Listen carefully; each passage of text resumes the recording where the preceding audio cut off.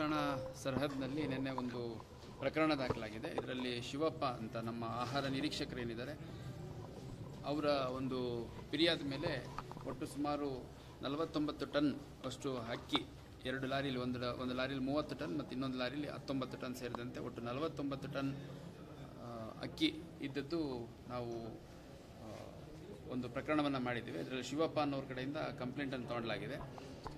ಇದು ಹುಬ್ಬಳ್ಳಿ ದಕ್ಷಿಣ ಭಾಗಕ್ಕೆ, ಅಂದರೆ ಏನು ಹಾವೇರಿ ಆ ಭಾಗ, ಹಾವೇರಿ ಮತ್ತು ಬೇರೆ ಬೇರೆ ತಾಲೂಕುಗಳಿಂದ ಕಲೆಕ್ಟ್ ಮಾಡ್ಕೊಂಡ್ಬಿಟ್ಟು ಇದೇನು ನಮ್ಮ PDS ರೈಸ್ ಏನಿದೆ, ಅನ್ನಭಾಗ್ಯದ ರೈಸ್ ಏನಿದೆ, ಇದನ್ನು ಕದ್ದಿರೋ ಸಾಧ್ಯತೆ ಇದೆ ಅನ್ನುವಂಥದ್ದು ಪ್ರಾಥಮಿಕವಾಗಿ ನಮಗೆ ನೀಡಲಾಗಿರುವಂಥ ಕಂಪ್ಲೇಂಟಲ್ಲಿ ತಿಳಿದು ಬಂದಿದೆ. ಈ ಲಾರಿಗಳು ಮತ್ತು ಲಾರಿ ಜೊತೆ ಇದ್ದಂಥ ಆರೋಪಿಗಳೇನಿದ್ದಾರೆ ಇವರೆಲ್ಲ ಗುಜರಾತ್ ಮೂಲದವ್ರು ಇದ್ದರು ಅನ್ನೋಂಥದ್ದು ತಿಳಿದು ಬಂದಿದೆ. ಈಗ ಎಲ್ಲಿಂದ ಕಲೆಕ್ಟ್ ಮಾಡ್ಕೊಂಬಂದರು, ಯಾರು ಇದನ್ನು ಲೋಡ್ ಮಾಡಿಕೊಟ್ರು ಮತ್ತು ಅವರಿಗೆ ಎಲ್ಲಿಂದ ಬಂತು ಅನ್ನೋಂಥದ್ದನ್ನು ತನಿಖೆ ಮಾಡಲಾಗ್ತಾ ಇದೆ.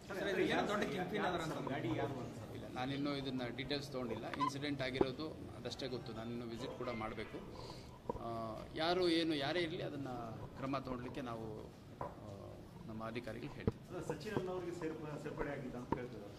ನಂಗೆ ಗೊತ್ತಿಲ್ಲ ಯಾರ ಕಡೆಯಿಂದ ಅಂತಂದು. ಇವೇನು ಆರೋಪಿಗಳನ್ನ ಇಂಟ್ರಾಗೇಷನ್ ಮಾಡಬೇಕು,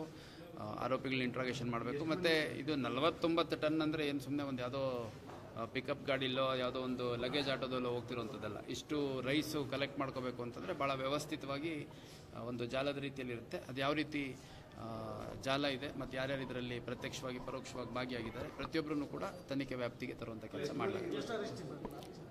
4 ಜನ ನಾವು ವಶಕ್ಕೆ ತೊಗೊಂಡಿದ್ದೀವಿ. ವಶಕ್ಕೆ ತೊಗೊಂಡು ವಿಚಾರಣೆ ಮಾಡ್ತೀವಿ.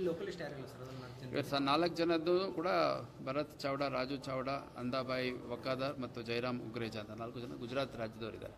ಬೇಸಿಕಲಿ ಇವರು ಲಾರಿ ಡ್ರೈವರ್ಗಳು ಮತ್ತು ಲಾರಿ ಡ್ರೈವರ್ ಜೊತೆಗಿದ್ದಂಥವ್ರು.